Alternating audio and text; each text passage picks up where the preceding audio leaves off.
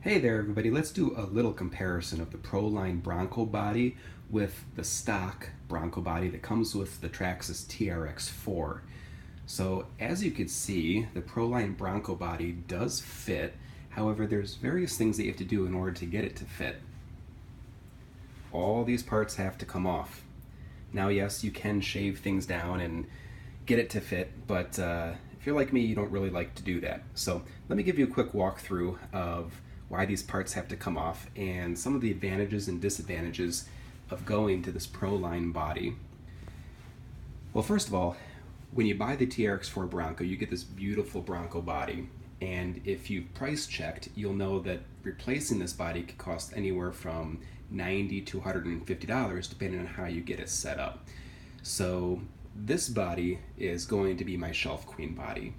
In case I ever decide to resell the car, I think it's going to really be helpful to have that body in like new condition to grab attention and get top dollar if I do decide to resell it.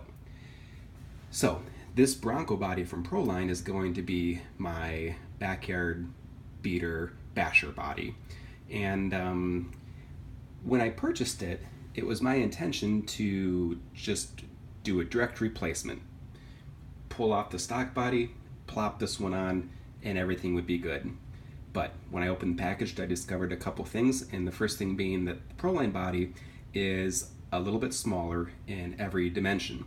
Now the wheelbase, of course, is the same. It still has the 12.3 inch wheelbase, just like the Bronco body does.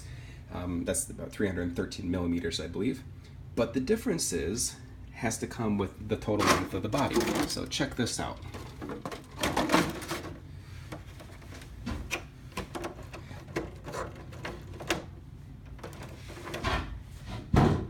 The Traxxas body fits on top of the Proline body, and the main difference is back here. The rear end on the stock body is about an inch longer than the Proline body. In addition to that, the stock body is about a centimeter wider. So if you're measuring from fender to fender, it's about a centimeter wider than the Proline body.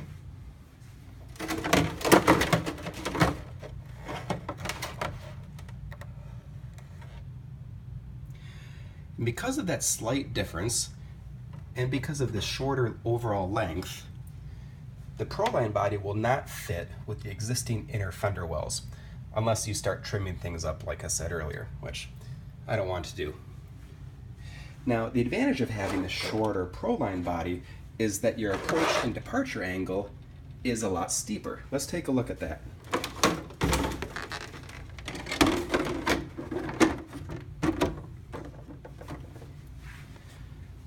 So when we take a look at the Proline Bronco body, we can see that it's almost in line with the front of the tires. And here's the rear.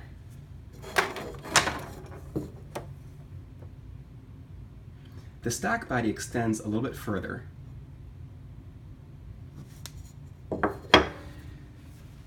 Now, like I said, in order to get the Proline body to fit, I did have to remove a couple things. The fenders have to go unless you plan to trim them. I chose to take the bumpers off because, well, let's take a look. I'll show you why.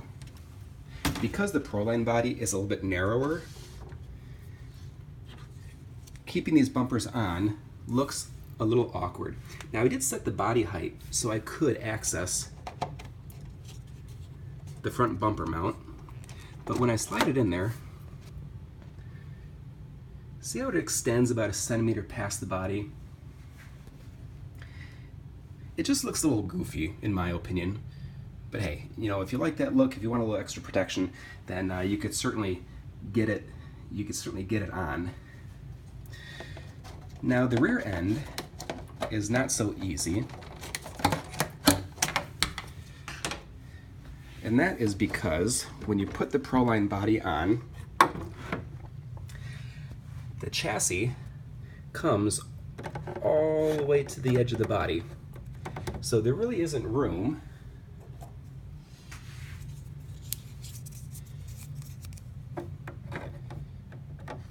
to fit this on unless you start cutting away some of the body here. I might do that just because I like the extra support that this piece gives to the chassis.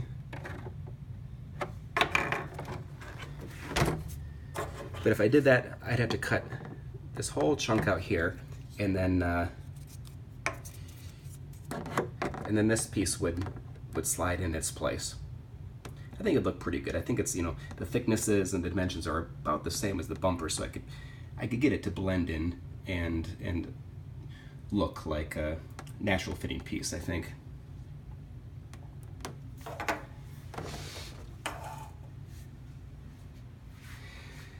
So aside from that, on the inside, I did have to buy the shock tower mounts. They're about $7 and you get all 4. They go on easy enough, but when I popped those on, I discovered that I run into a problem then with this shock tower mount because, or sorry, the body mount here, because when you use these shock tower mounts, it actually moves, well, it actually interferes with the battery clip. So that's why the battery bar and the battery clip are off. See, this would normally be on like that. And now the battery bar and the battery clip are right below the body posts. And you can't access it, and it's kind of wedged in there. So that's an easy enough fix. I removed the battery bar, I removed the battery clip, and I just cut some Velcro and made some Velcro straps for my battery. And that takes care of that. Now, I do know that they sell different kinds of body mounts. I know that the one for the TRX4 Sport actually extends back horizontally and then goes up. So that might be a good option if you want to retain your battery bar and your battery clip, and if you don't want to do the Velcro.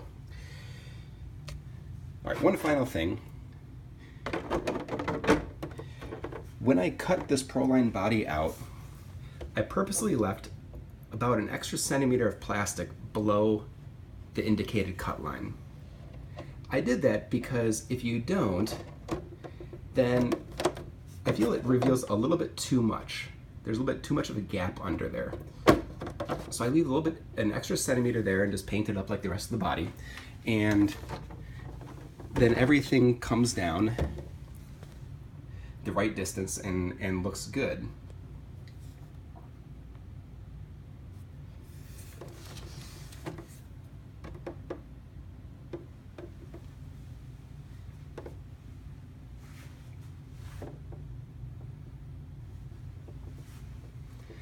So like any aftermarket body, there's a couple of things you need to do to make it fit, but right now for the TRX4 Bronco chassis, the 12.3-inch chassis, I think this Bronco body is probably the best option out there.